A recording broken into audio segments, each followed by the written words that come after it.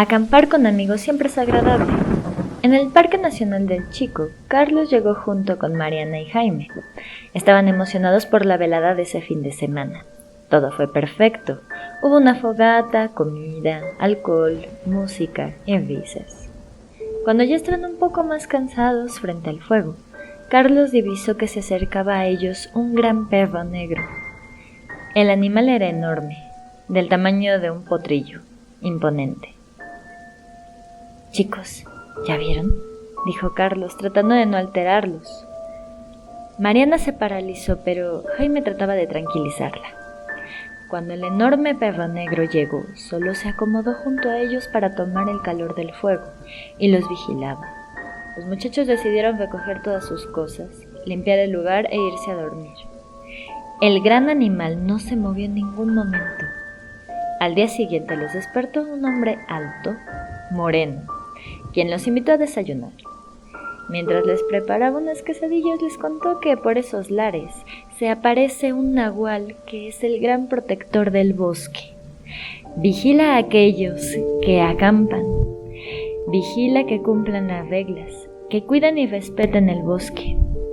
Si lo hacen, pueden entablar una buena amistad con este ser. Pero si no, pues no se les volverá a ver otra vez. Los muchachos se fueron después de desayunar y se quedaron con una extraña sensación de gratitud por estar volviendo a sus casas.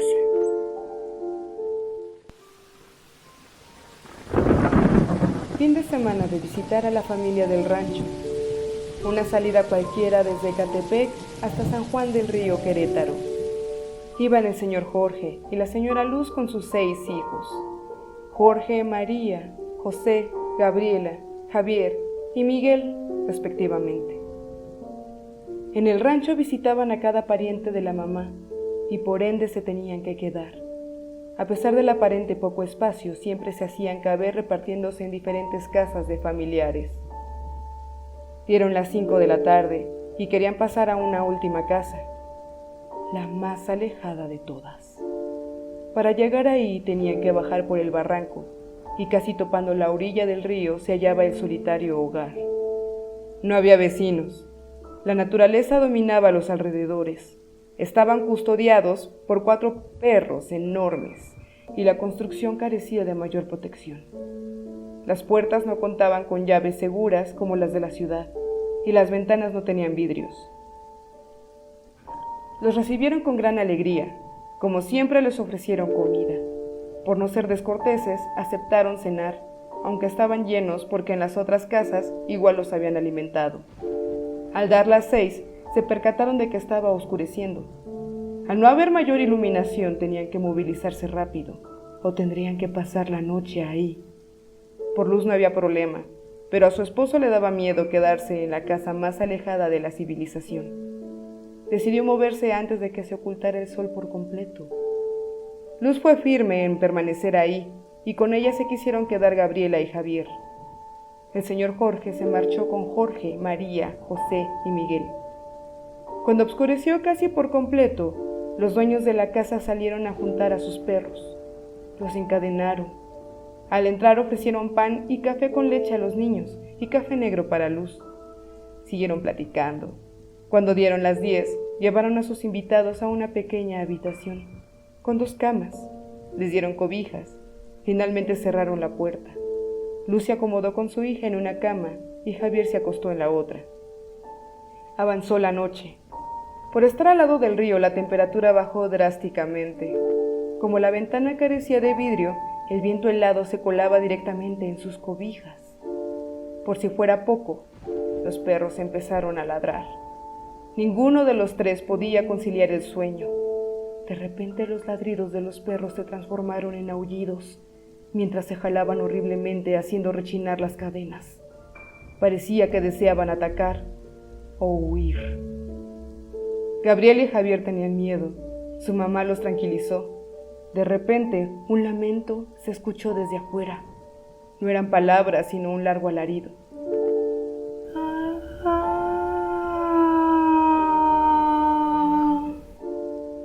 Javier se acercó a la ventana para asomarse. Gabriela fue instintivamente con él. Luz, dispuesta a regresarlos a la cama, se aproximó y precisamente en ese momento la vieron. Ella rozó la ventana, una mujer con la cabeza apuntando hacia abajo, vestida de blanco, de larga cabellera con la cara cubierta por su mismo cabello que parecía un velo, y no se le veían los pies. Los tres la vieron. Pálidos por el susto, no hicieron ni un ruido. La notaron alejarse escuchando el lamento acompañado por los aullidos de los caninos.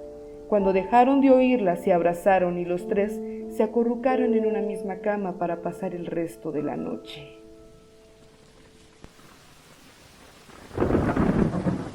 Él era un señor cerca de la mediana edad. Tendría unos 38 años. Tenía 3 hijos y una hija. Su esposa ya hacía rato que había fallecido. Lo había dejado solo con los niños. La niña tenía apenas 3 años cuando falleció. Y ahora tenía casi 10. Los niños se pasaban los días yendo y viniendo de la escuela al taller de su padre, del taller al puesto de refacciones y de este a la casa. Conocían perfecto cada camino y sabían a qué hora tenían que estar en casa. Aunque no había reloj, ayudaban incesantemente a su padre, con la esperanza de que se enterara de que aún tenía apoyo, que había gente que lo quería y lo estimaba. El señor se había refugiado en la bebida, y dentro de la bebida conoció a mucha gente que le daba trabajo. Así se fue haciendo de más riquezas, pues era el único con taller mecánico dentro de la ciudad. Estamos hablando de hace unos 70 años atrás, así que deben imaginarse esta ciudad como un pequeño pueblo, en donde las casas se aglomeraban alrededor del centro, y después de eso había grandes extensiones de tierra sin poblar, una especie de rancherías. Esta familia, debido a lo acaudalada que se había vuelto, empezó a comprar desmedidamente terrenos y a fincarlos, haciendo pequeños establos y graneros por aquí y por allá. Pero todo eso no ayudaba a que el dolor se mitigara. La pérdida de su esposa lo carcomía cada día, así que el señor siguió tomando desmedidamente, hasta enfermar. Y fue solo en ese punto que dejó de beber como lo hacía, por recomendación del médico. Entonces el señor empezó a apostar frenéticamente, reemplazando así un vicio por otro, saliendo muy de madrugada ya con el sol rompiendo en el horizonte rumbo a su ranchería, atravesando los ríos y los senderos. Casi todos los días regresaba a estas horas, pero cuando el dinero empezaba a terminar, salía cada vez más temprano. Las cantinas eran su lugar predilecto. En ellas jugaba su suerte. Esa noche salió enojado, sintiendo que lo habían estafado entre 3. Con mucha rabia caminó a lo largo del terreno despoblado, con la guía de la luz de la luna y un quinqué pequeño, cuando a lo lejos pudo ver a una mujer con vestidos largos y blancos. Caminaba río arriba. El señor no le tomó demasiada importancia. Sabía que en algún momento la tendría muy cerca de él, pero siguió avanzando hasta que casi la observó de frente. Era tremendamente hermosa y veía hacia el suelo. Caminaba despacio, con profunda pena. El señor le habló. «Señorita, ¿se encuentra usted bien?» Al instante, ella rompió en llanto y lo volteó a ver detonando gritos impetuosos a la vez. Ella empezó a acercarse con más rapidez al señor, recriminando a él la pérdida de sus hijos. «¡Dame a mis hijos! ¿Dónde están mis hijos? ¿Dónde?» Y él la vio acercarse con gran velocidad. El señor se aterró y empezó a acelerar el paso, pero las matas de trigo le llegaban hasta el pecho y era imposible avanzar con velocidad. Temblaban cada uno de los huesos de su cuerpo y avanzaba con torpeza, mientras se reprochaba por haber salido y apostado por haber dejado solos a sus hijos. La mujer se abalanzaba sobre los brazos y hombros del señor. Solo faltaban unos cuantos metros para llegar a su pequeño granero. La mujer estaba prácticamente encima de él. Llegó por fin al claro donde empezaba su rancho. Se precipitó en la puerta del granero. Se arrepintió entonces de no tener candado alguno para ese lugar o para el resto de la casa. Entró casi sin voltear, pero el espectro estaba justo afuera. No pasaron más que unos segundos, pero a él le parecieron horas interminables. Fue hasta ese momento que escuchó de nuevo los lamentos y sollozos de la calavérica mujer que antes había visto, ahora alejarse.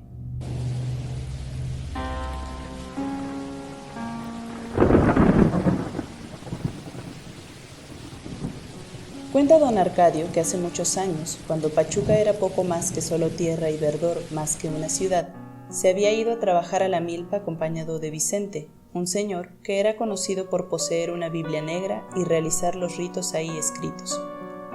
Arcadio, que era un hombre bueno, sabio y trabajador, no tenía miedo.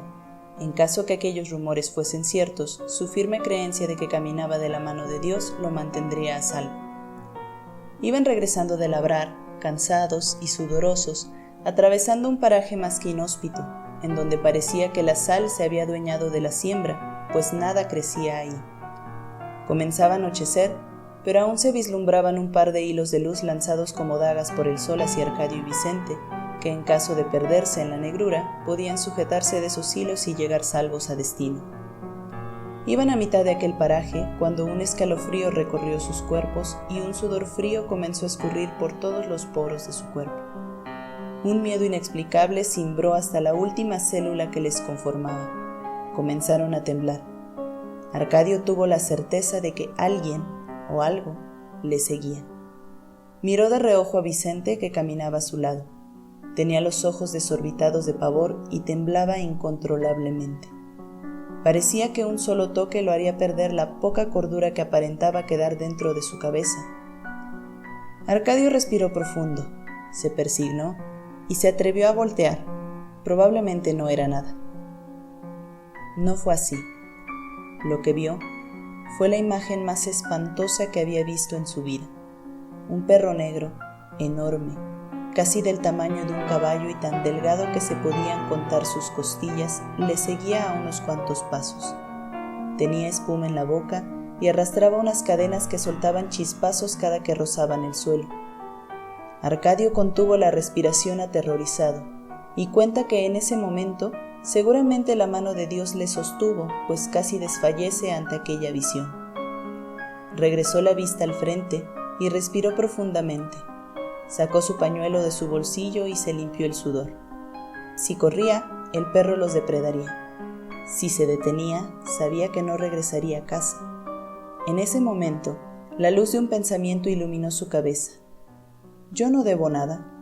A mí no me pueden hacer nada. Y mientras este hombre camine a mi lado, tampoco pueden tocarlo. Con esa certeza, siguió caminando, con miedo pero a paso firme. Abrazado a sus creencias, fue repitiendo aquella oración que sus padres le habían enseñado desde que era un pequeño. Cuando estaban cerca del pueblo en el que vivían, volvió la mirada solo para confirmar que el perro ya no los seguía. Si el video te gustó, suscríbete para tener más contenido como este. También puedes darle like, comentar o incluso compartir este video. Nosotras en el aquelarre estamos complacidas de tenerlos aquí. Buenas noches y dulces pesadillas.